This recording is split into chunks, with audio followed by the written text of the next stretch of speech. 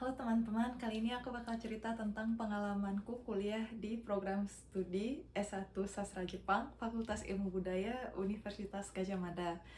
Sebenarnya kalau aku cari di internet, emang nama program studinya udah berubah jadi Bahasa dan Kebudayaan Jepang. Cuma aku rasa materi kuliah secara umum itu rasanya bakal sama sih, tapi aku yakin pasti ada sesuatu yang berbeda. Jadi kali ini aku cerita tentang isi kuliahku selama di UGM dari Agustus 2015 sampai Februari 2020. Kalau dilihat dari total masa studi sebenarnya kan hampir ya 4,5 tahun kan. Itu karena aku dulu pernah kuliah di Waseda selama 1 tahun. Jadi sebenarnya masa studi di UGM sendiri hanya 3,5 tahun. Untungnya ya bisa dibilang laki sih bisa lulus sebelum lockdown, jadi masih bisa ngerasain vibe kelulusan ya.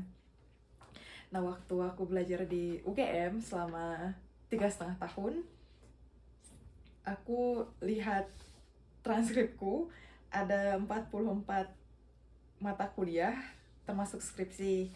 Nah, aku dulu ambil SKS 149, tapi kalau nggak salah ini udah lebih dari yang disyaratin ya. Cuma mohon maaf aku lupa syaratnya seberapa. Dan sebenarnya aku beruntung banget, aku jadi salah satu wisudawan terbaik, atau bisa dibilang jadi wisudawan terbaik UGM waktu Februari 2020.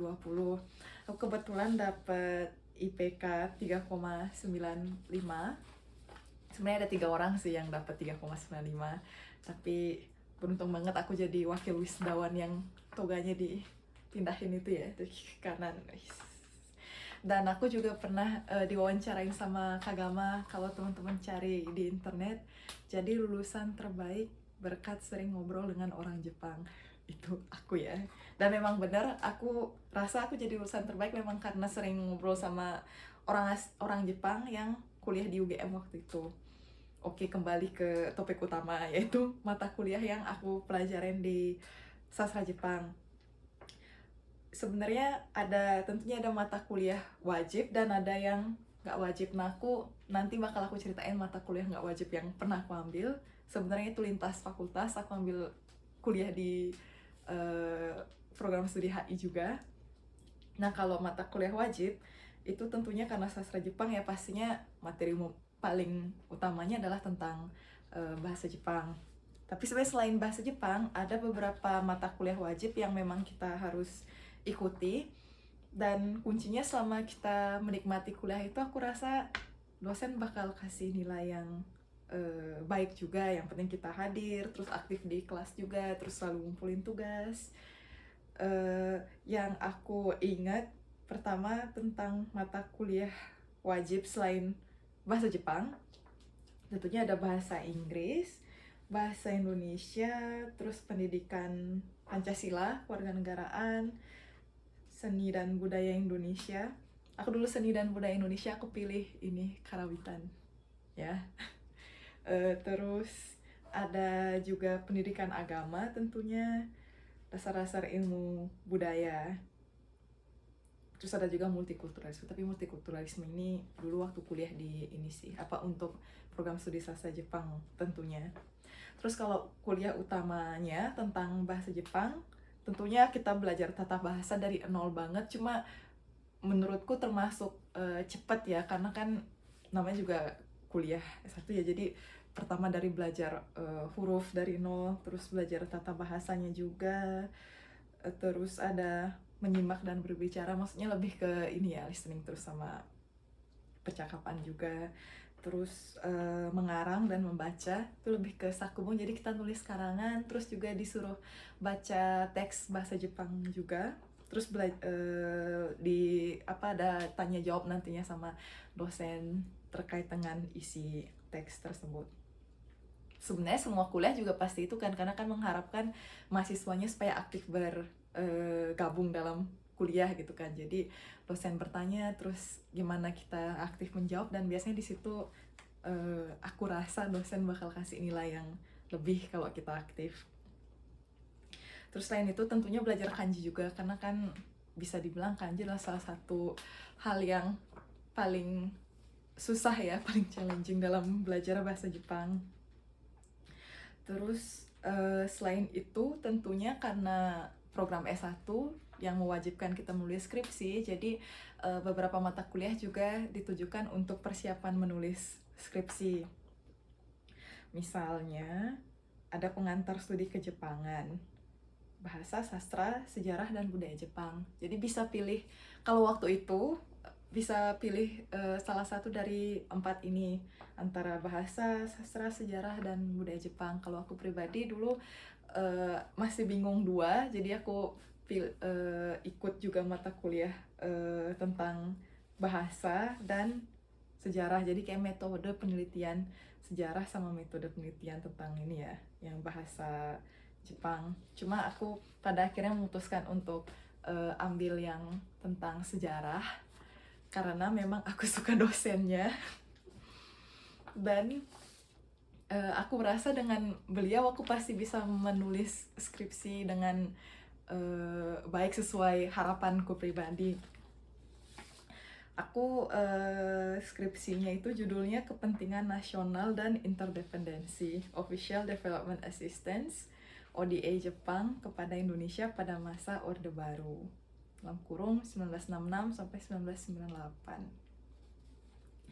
1998. Aku pribadi seneng banget sih waktu proses nulis skripsi, karena kan aku juga kesempatan buat 1 tahun kuliah di Jepang. Jadi waktu di Jepang aku gunakan kesempatan untuk ke perpustakaan di Waseda dan cari buku yang menjelaskan terkait tentang Official Development Assistance, karena ada banyak banget ya buku yang menjelaskan terkait bantuan asing Jepang kepada negara-negara di luar, termasuk negara kita. Terus juga aku pernah transfer nilai. Jadi sebenarnya bukan exchange secara langsung dari UGM ke Waseda kan, karena aku dulu memang program Max yang G2G, jadi memang lewat government langsung daftar ke kedutaan Jepang dan dikirim istilahnya dari kedutaan Jepang. Sebenarnya bukan langsung exchange, tapi aku masih bisa transfer SKS karena aku juga kan statusnya tetap jadi mahasiswa, jadi aku bayar kuliah tetap meskipun aku nggak ada di UGM statusnya selama 1 tahun. Dan dengan itu aku bisa transfer nilai, jadi aku juga transfer SKS juga yang aku rasa materinya sesuai, terutama ambil pelajaran tata bahasa atau pelajaran membaca kan banyak yang aku ambil dari Waseda. Jadi yang maksudnya aku transfer dari kuliahku di Waseda ke Sastra Jepang FIB. Terus tentang mata kuliah yang sebenarnya tidak perlu diambil tapi aku ambil, itu aku memang tertarik sama hubungan Jepang dan Indonesia, jadi tertarik juga kan sama bidang HI. Jadi aku ambil kuliah di HI Visipol. Beberapa kuliah yang aku ambil di HI Visipol itu ada politik luar negeri Jepang, ada teori politik luar negeri, terus juga ada pengantar ilmu hubungan internasional, sama ya politik, sosial, dan budaya Jepang. Terus aku juga pernah ambil mata kuliah lain di Visipol, yaitu pengantar ilmu politik. Kira-kira itu materi yang pernah aku ambil di Jepang, di Sastra Jepang UGM maksudnya. Dan tentunya di UGM itu wajib KKN. Jadi aku juga memang target aku harus KKN sebelum aku ke Jepang. Jadi memang pas aku KKN 2 bulan kan sebelum berangkat ke Jepang. Terus jadinya setelah dari Jepang aku balik ke UGM. Dalam waktu 6 bulan aku menyelesaikan skripsi. Dan sebenarnya skripsinya udah aku tulis dari dulu kan, sedikit demi sedikit. Bahkan di Jepang juga aku udah nulis skripsi. Makanya waktu pulang ke Indonesia, jadi langsung sering-sering diskusi sama dosen pembimbing, di mana beliau adalah dosen favoritku. Terus juga dengan itu akhirnya bisa lulus lumayan cepet lah ya, untuk ukuran orang yang pernah kuliah di luar negeri menurutku. Ya kira-kira itu sih yang bisa aku ceritakan ke teman-teman. Jadi dulu itu banyak yang bilang kan, kenapa sih harus sastra Jepangnya harus kuliah di jauh-jauh, harus kuliah di UGM, terus ngapain juga belajar sastra, kan kadang ada orang-orang yang berbicara seperti itu. Tapi aku pribadi memang aku merasa kita kuliah kan yang belajar kita kan, jadi aku merasa kalau kita bisa merasa senang waktu kuliah, pasti nilai pasti hasil yang bisa kita dapatkan tuh juga aku rasa bakal maksimal. Dan aku ngerasa itu memang terbukti karena aku memang suka Jepang, aku suka bahasa Jepang, dan aku juga tertarik dengan hubungan internasional, kerja sama Jepang juga.